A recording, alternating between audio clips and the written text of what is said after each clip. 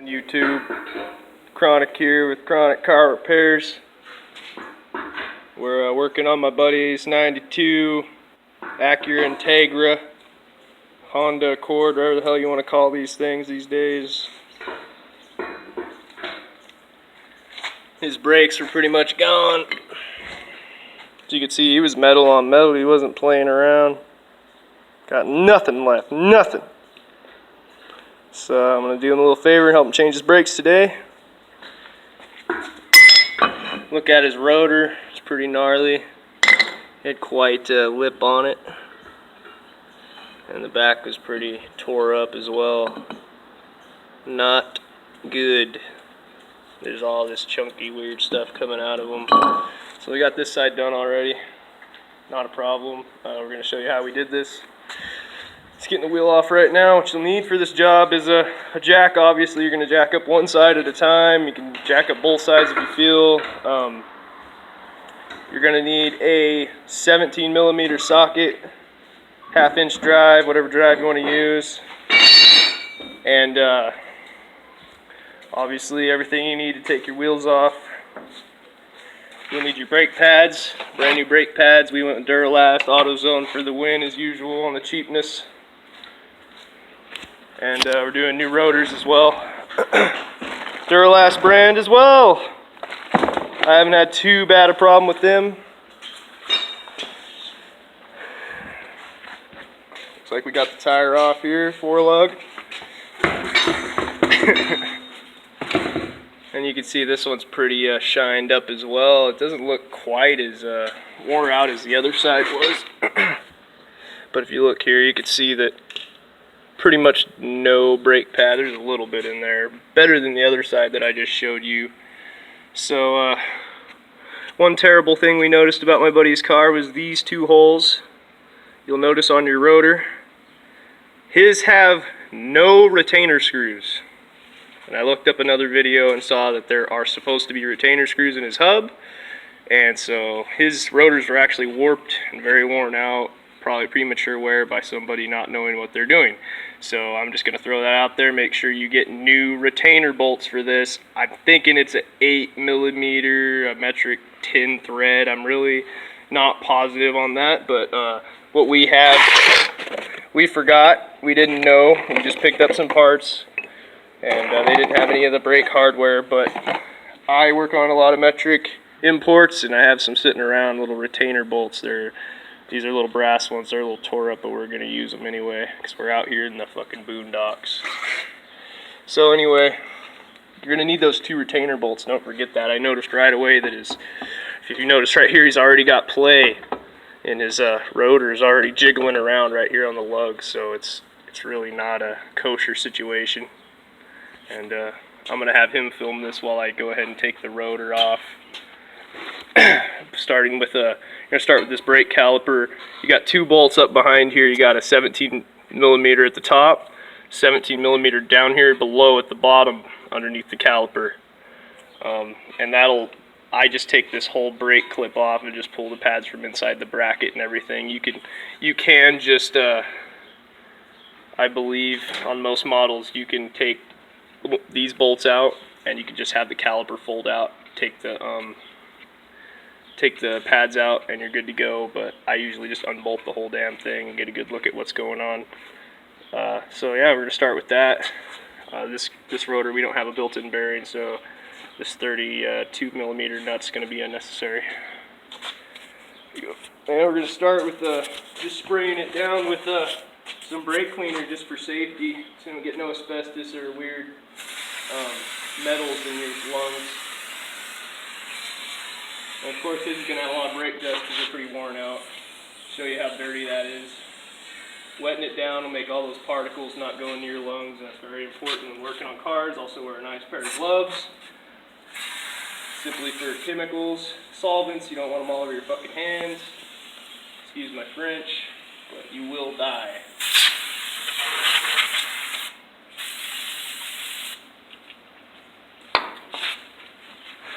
I'll let that soak for a second. Remind everybody, come and check out the engine bay here. We're going to pull the brake reservoir lid because we will be compressing the caliper to get the brake pads on. And I'm not sure about this Integra, but I see two different brake fluid reservoirs, so I'm going to go ahead and just pop both of them. I'm not sure what that's for. And of course we have it safely held up on jacks and jack stands. If you don't know how to do that, you're going to have to check out another video. And safely supported. You're going to start with your 17 millimeter and probably a half inch drive. A lot of times these brake bolts are pretty hard to break, to get on and off, so I'll use a breaker bar a lot of time. And we'll start with the top one here. And so I like to hold it stiff, and you're going to do the little tap method so you don't break anything. It's just a tap, it's just a tap, tap, tap.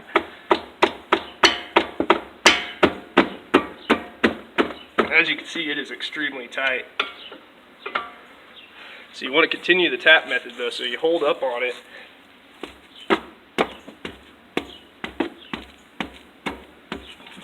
It is extremely seized. Thought it would work, but there's another little trick when you're working on brakes. You're limited on space, you're limited on strength, you're limited on time. You want to get yourself some PB Blaster penetrating catalyst. They don't pay me to do this, but I obviously pay them to get unrusted bolts stuck. Anyway, I'm just going to soak the bolt behind the caliper with this orange shit. Get it at your local auto parts store, Walmart, wherever the hell you like to go for your auto supply.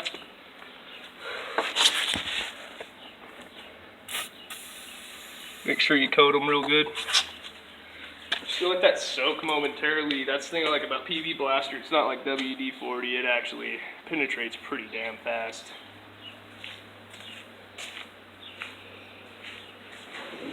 In the meantime, we'll take a look at the new rotor. Unpackaging of some Duralast brand parts. Not bad. Pretty good casting on this one. I once had a Duralast rotor that was so shittily cast right here it didn't even fit on my hub. I had to actually grind it down to fit my hub. So always check quality when you go and get sort of generic parts. That's a top tip for Cuban Chronic. So anyway, we're going to take another crack at this. Got the PB Blaster on it.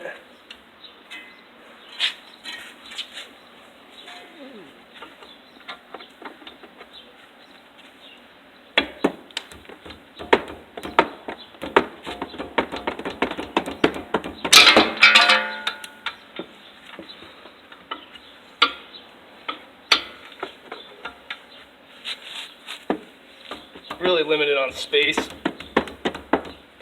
so have to go and get on this side. Funnily enough, I was actually trying the wrong way the first time. Make sure you don't do that.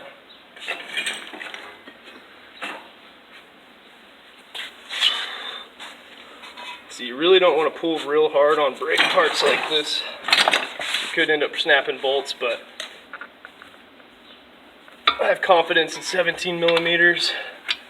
If it's a smaller bolt, I would be a little more sketched out about yanking on it this way, but caliper bolts seem to get pretty rusted. Got that one off though. This breaker bar's touching like the top of the tire well here. So. Righty-tighty, lefty-loosey, ladies and gentlemen. Sometimes you get a little confused switching sides on cars and stuff, so you can talk all the shit you want in the comments.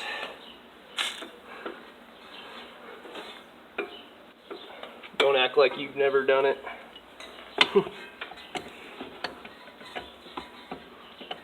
Anyway, this bottom one's pretty hard to reach with the breaker bar.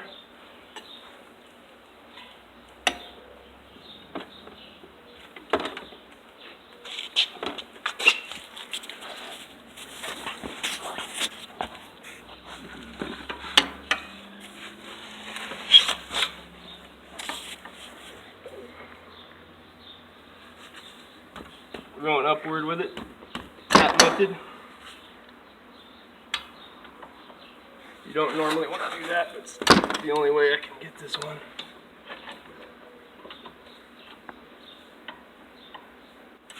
Oh, kind of hitting that a little bit. An extension would definitely help here.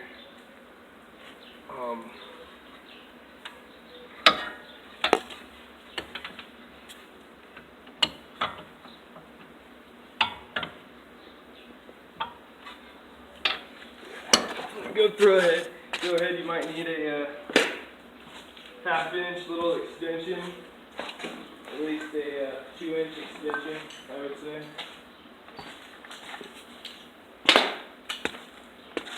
Probably make your life a little easier if you want to use a breaker bar. I don't know how bad yours is going to be. We live in a fairly rust-free environment, but things tend to get a little seized.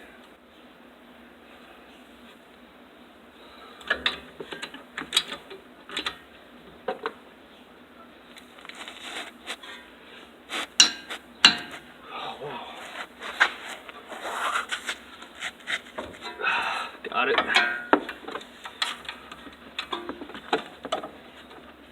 There we go. Once you get them broke, you can just switch off your own favorite half-inch drive, ratchet, or whatever you're using.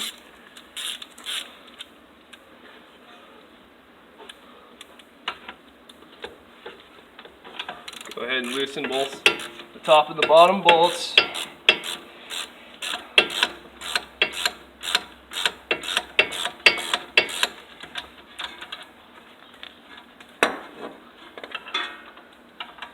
Bottom one.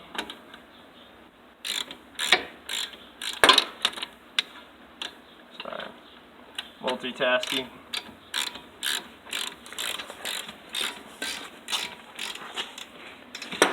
Top tip is to use a magnetic tray for your stuff. Ours is on the other side of the car right now, but I'm just going to set the bolts here under the car so they don't get kicked around.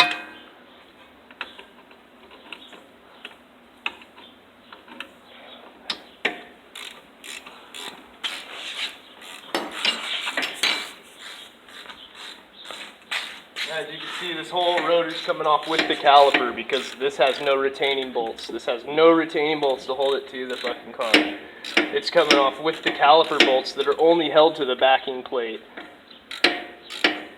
So it's very dangerous. I'm really glad we took a look at this.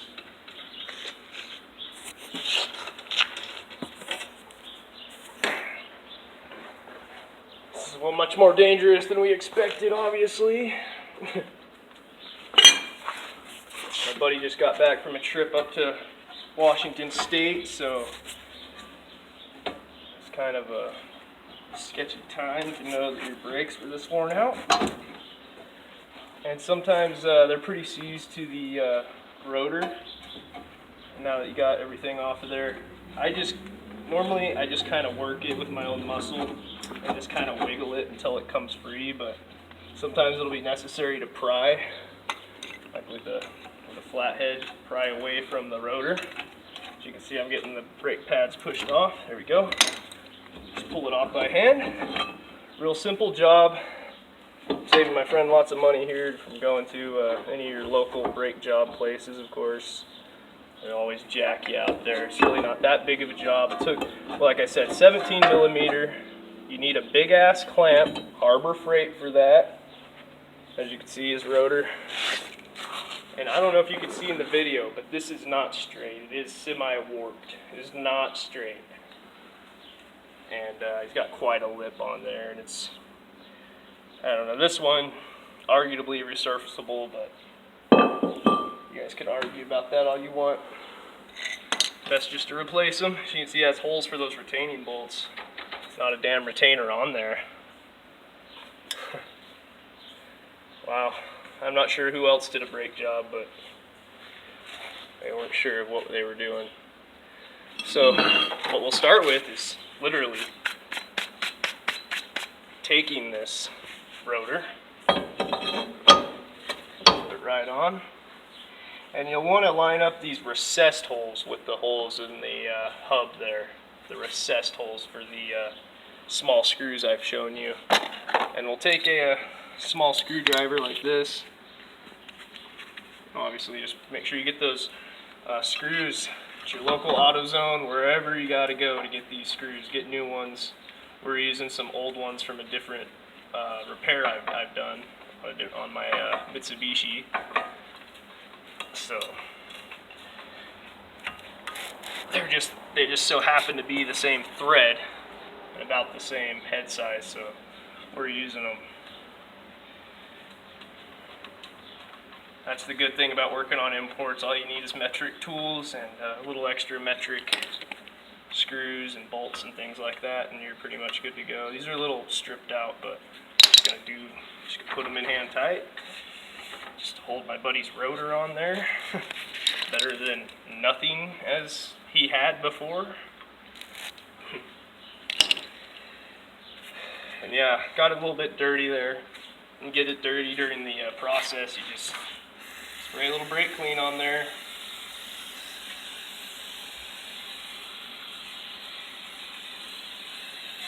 A little bit of brake clean. Cleans her up. No big deal. Not even a big deal if it was dirty. So I'll take this rotor now. And this caliper. We'll pop these old pads out. Take a look at the old pads. All you do to get old pads out, if you want to take a look at this, all you do to get old pads out, if you have this, use your finger, pop it out. If you have this inner pad, you can use a screwdriver. Does it go off? Yes. Use a screwdriver, pop them out a little bit there, no big deal. Always remember that one with the ABS sensor marker. It should start screeching when you reach that point. You can see that it started to wear on him as he hit the metal. It's got metal, you can see the shininess of his pad. It's all of the friction material's gone, and that wear marker has been shredded on. I haven't actually seen a wear marker that close before. Mine were fairly close on the Montero brakes, but right here we're going to take, I got those out. Take a small block of wood. It fits right here in between where the brake pads were. So it pushes against that round section that was holding the brake pads. That's your brake piston for your caliper. And you're just going to take this C-clamp, and I had it on the backing of the caliper here. It's a little part that backs out. I don't even take the hose off for this or anything. No air really gets in the system the way I do these brakes. So check it out. Right here we got it on the back of the caliper. Just gonna hold it. Tighten up your C-clamp. Get these at Harbor Freight for just a few bucks. Don't forget that when you're paying for your brake jobs. All you need is this C-clamp and a small set of tools to do brake jobs.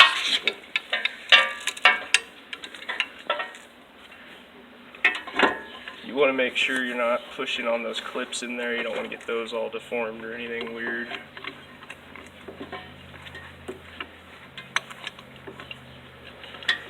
Guy's pushing on something there. So anyway, tight again. Just tighten it up. You'll notice the piston go in. I know I don't have a good view of it, but you will see the piston recess. And make sure you have that cap off of your brake reservoir. You will hear a little bit of crunching, but that's mainly the wood.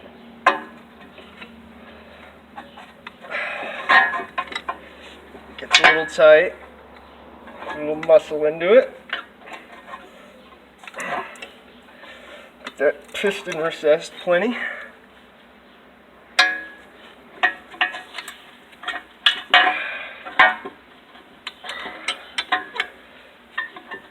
Okay. I think that'll do. Okay. Just pull it right back out. Loosen your clamp.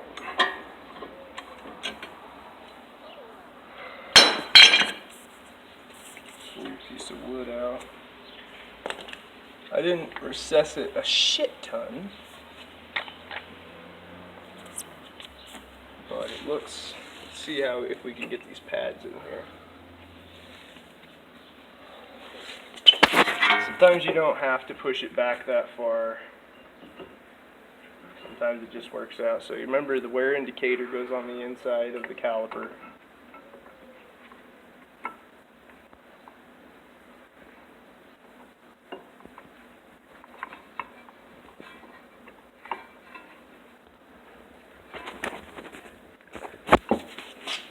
And these ones, it's a little funky. You got to, the brake pins are actually on the back, so it's kind of like a spring method when you push them in. You want to get this wear indicator in, obviously, and then kind of push the whole thing back.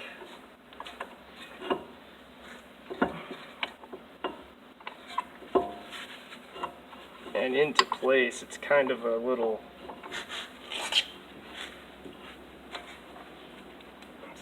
project. It's just getting it right, especially with Duralast stuff. You sometimes have to really finagle it into place, which can be an issue.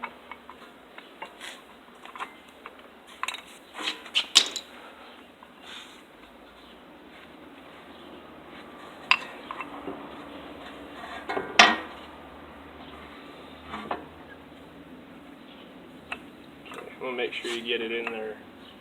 With that lip down, kind of push against the spring. It's got to wiggle in there just right. It's really kind of a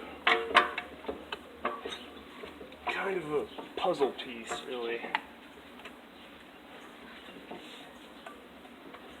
like I just about got it on there. Clips are a little old on this caliper.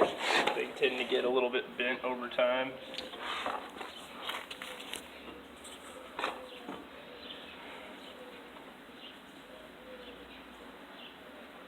Not sure.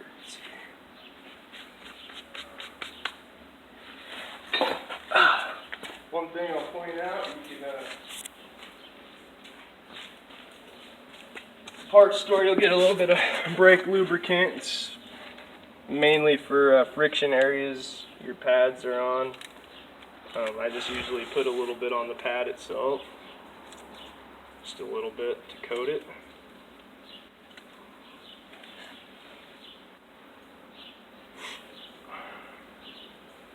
And I usually put a little bit on the caliper areas where the pad connects. It's usually the friction areas. Sometimes along the outside, where it sits in the caliper, you can put some of the brake grease there. It's really not necessary, I would say, but it's really just for noise is the reason they have that. So you don't have that screeching when you first get in. But normally we don't have any problems. When in the past when I haven't added that in, so go ahead and stick the other pads in here.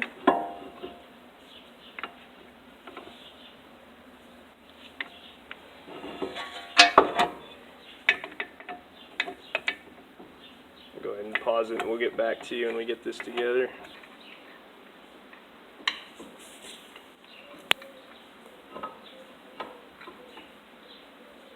So after pushing in the caliper a little bit farther, we're back to the point of trying to get the other side of the brakes off. Yeah, we're having some issues out here with this guy's brake clip not wanting to cooperate.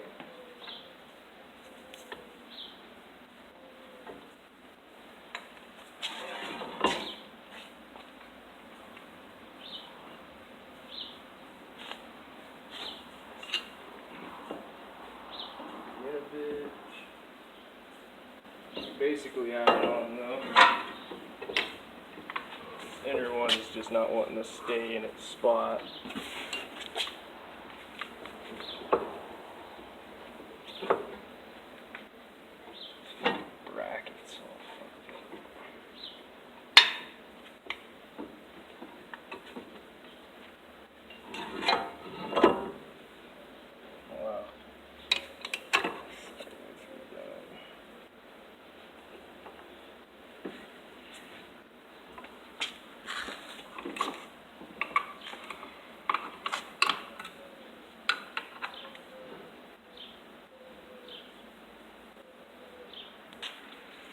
You on? Well, after much burden, we had to recess the caliper a little more to make more room for the brakes. I am going to warn everybody, there's some clips on the caliper, tops and the bottoms that hold the brake pins in. They're just caliper clips. You might find them as brake hardware.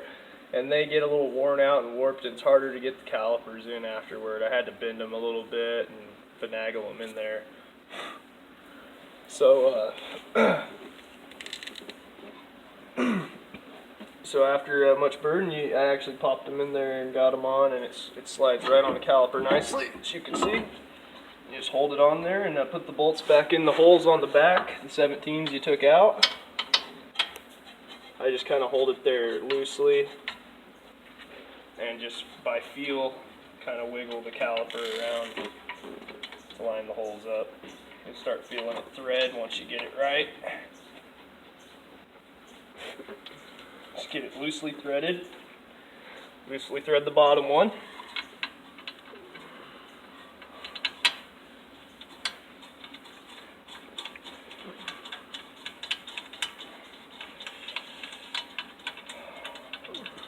I'm not sure how many foot-pounds these should be torqued to. We don't have a manual for my homie's car. He's not too concerned. Normally you torque them down. I suspect that they are probably torqued to around 25 to 35 foot-pounds, something like that.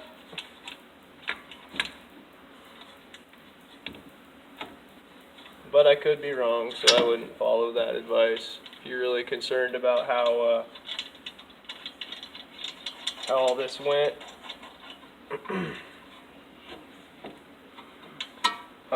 Stock, I would get a book and I would follow those instructions and follow every bolt spec available to you. But we aren't worried about that. These are retaining bolts. They go straight into a bracket for the spindle, and I'm just going to tighten them hand tight and then torque them a little bit by hand.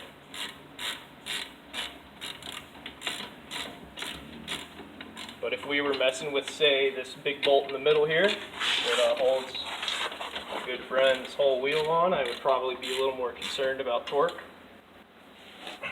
See, I'm just going to hand tight. You feel it tighten.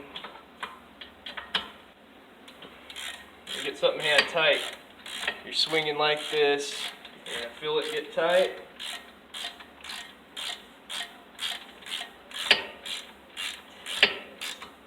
And then tight, and then just a little bit more, and that's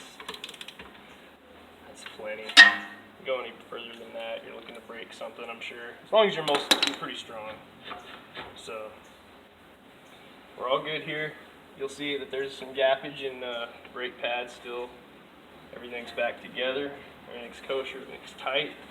He's got his brake backing plate. It's a little smashed up. Take a look at that for him. It's like it's a little bent back right here. But it's not really touching the rotor, so he's not having any problems. Rotor's good. Rotor's tight. Screws are tight. He now has retaining bolts. Big improvement. And new brake pads, new rotors, nice and shiny. I'm going to go ahead and clean it up a little bit of brake cleaner for him.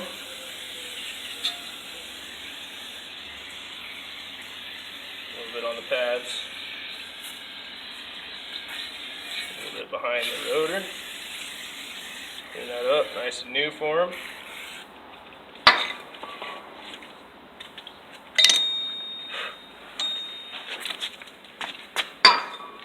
And then you just put the wheels back on, ladies and gentlemen. This way you definitely do not have to bleed the brakes. I really didn't let anything come out. But here's the tip. The brake pads are loose sitting there on the caliper right now. The caliper's tight. I'm just going to tighten down the braking reservoir. Make sure it's full of fluid. I didn't lose any fluid. I never took the lines off. Of course you can take the brake lines off for this job, but you will have to bleed the brakes afterwards. All I do is get in the car, I'm gonna press on the brakes a couple times. You'll feel it be real loose, and then you'll get real stiff. And we're stiff again. Just pump the brake a little bit. And we're going to take a look. The brake pad's nice and tight against the caliper. And good to hit the road. Get the wheels back on, and everything's good to go. Thanks for watching Chronic's Car Repairs. Stay tuned for more.